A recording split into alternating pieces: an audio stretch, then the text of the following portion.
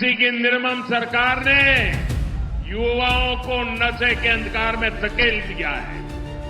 हमारा ये बंगाल तो क्रिएटिविटी का किंग है। आपने देखा है बच्चे कैसे बढ़िया बढ़िया पेंटिंग बना करके ले आए। बीजेपी बंगाल के युवाओं की क्रिएटिविटी को ताकत देगी, संवारेगी। अत्याचारियों को हटाना है और सब्जो कोरबोना अत्याचारी देर के शौर्य देवो। साथियों, बीजेपी बहनों बेटियों को सुरक्षा भी देती है और अवसर भी देती है। संदेश खाली के बहनों के संघर्ष से जुड़ी एक बहन को बीजेपी ने टिकट दिया है। आरजी कार में जिस बेटी की हत्या हुई, उस डॉक्टर बेटी की मां को बीजेपी ने अपना उम्मीदवार बनाया है। ये बंगाल की बेटियों की सुरक्षा के प्रति बीजेपी के कमिटमेंट का प्रमाण है। साथियों, बंगाल में बनने वाली बीजेपी सरकार कदम कदम पर बंगाल की बेटियों को मदद देगी। बहनों को चिंता होती है कि घर का बजट भी न बढ़े और बच्चे भी भूखे न सोए। इसलिए बीजेपी सरकार आपको मुफ्त चावल देती है। इससे हर परिवार को 7 से 10 हजार रुपए की बचत हर वर्ष हो रही है। साथियों, जिन बहनों को उनके पास अगर पक्का घर नहीं है तो उनको बीजेपी सरकार 1.5 लाख रुपए देगी ताकि वे अपना पक्का घर बना सके। साथियों, टीएमसी की निर्मम सरकार ने आपको आर्सेनिक वाला, जहर वाला पानी पीने को मजबूर करके रखा है। बीजेपी सरकार हर घर तक नल से शुद्ध जल पहुंचाएगी।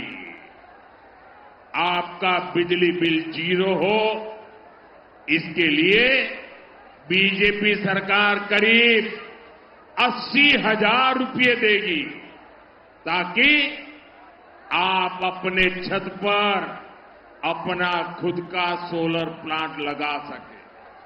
साथियों, बीजेपी की सरकार में यहां बंगाल की बहनों को अपनी बीमारी का इलाज टालने की जरूरत नहीं पड़ेगी। आप देखिए, कल्याणी में एम्स हमने बनाया है। हमारी सरकार आपको और खास करके मेरी माताओं, बहनों, बेटियों को 5 लाख रुपए का मुफ्त इलाज देगी। 5 लाख रुपए। जन औषधि केंद्रों पर 80% डिस्काउंट में दवा दी जाएगी। ब्रेस्ट कैंसर हो, सर्वाइकल कैंसर हो, इनकी जांच और टीका मुफ्त लगाया जाएगा और साथ ही गर्भावस्था के दौरान 21,000 रुपए की मदद और ग्रेजुएशन के लिए बेटियों को 50,000 रुपए की मदद, ये भी बीजेपी सरकार देने वाली है।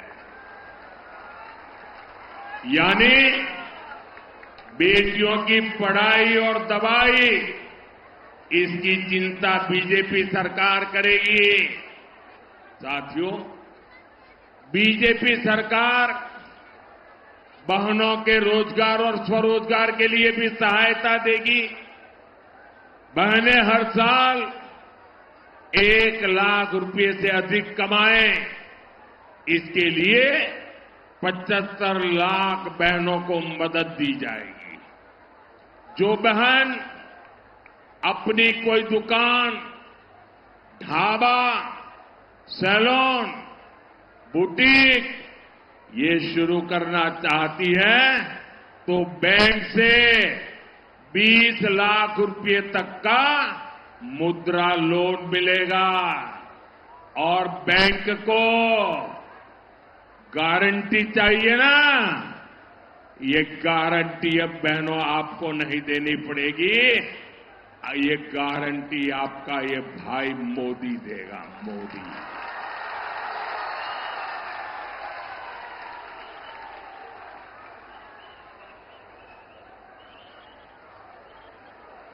साथियों, बंगाल बीजेपी ने एक और बहुत बड़ा ऐलान किया है।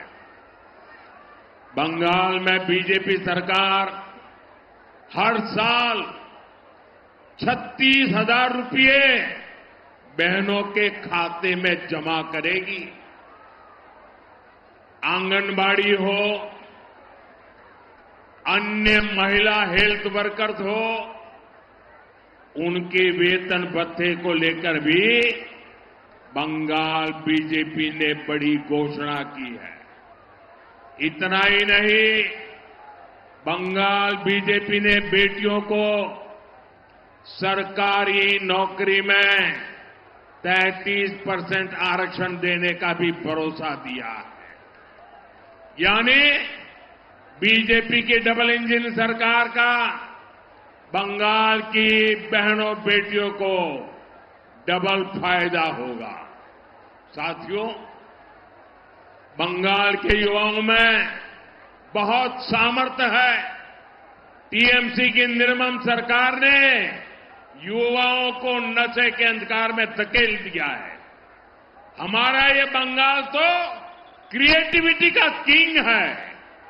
आपने देखा है बच्चे कैसे बढ़िया बढ़िया पेंटिंग बना करके ले आए।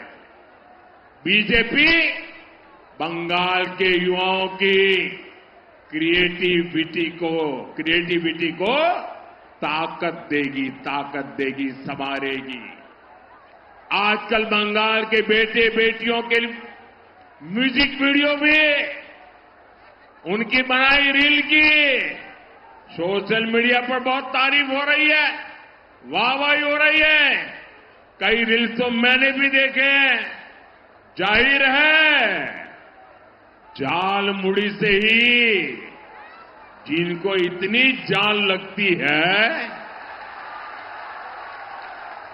उनको युवाओं की क्रिएटिविटी पसंद नहीं आती है। लेकिन बीजेपी इस ऑरेंज इकोनॉमी को, कंटेंट क्रिएशन को बंगाल की ताकत बनाएगा। साथियों, बीजेपी बंगाल के स्पोर्ट्स कल्चर को नई बुलंदी देगी। अभी टीएमसी के सिंडिकेट ने यहां स्पोर्ट्स इकोसिस्टम को भी तबाह करके रखा है।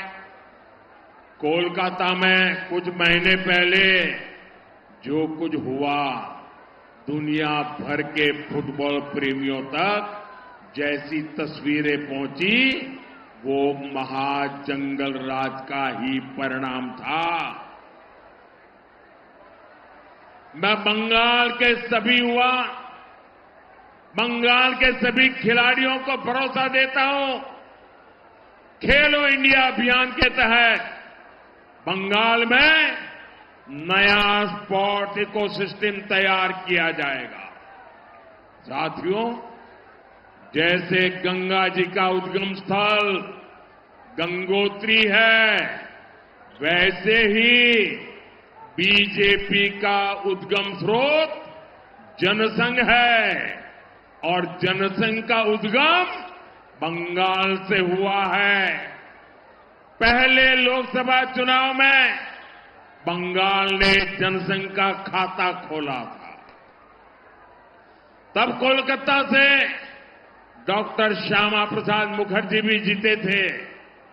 साथियों, उस दौरान 24 परगना हो, नादिया हो, मेदिनीपुर हो, यहां जनसंघ को विधानसभा चुनाव में भी बहुत अधिक समर्थन मिला था।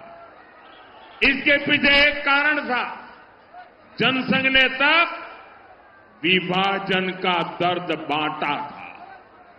जनसंघ पूर्वी बंगाल से बेघर हुए शरणार्थियों के साथ खड़ा हुआ था। जनसंघ की कहीं पर भी सरकार नहीं थी, लेकिन शरणार्थियों के मुद्दे को जनसंघ ने ही उठाया था। साथियों, डॉक्टर श्यामा प्रसाद मुखर्जी को तो शरणार्थियों का प्रवक्ता माना जाता था। उन्हीं के संस्कार आज भाजपा के भीतर है।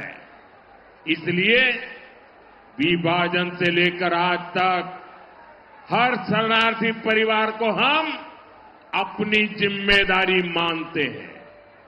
आपके सुख दुख की चिंता करना ये भारत का ऐतिहासिक दायित्व है। इसलिए मोदी सीएए कानून लेकर आया, वरना दशकों तक ये काम क्यों नहीं हुआ था।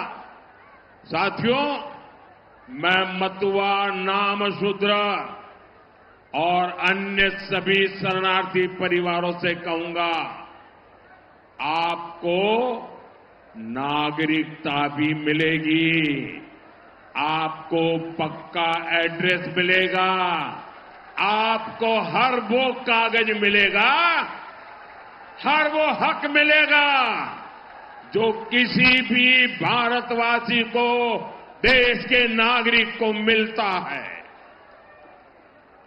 ये मोदी की गारंटी है।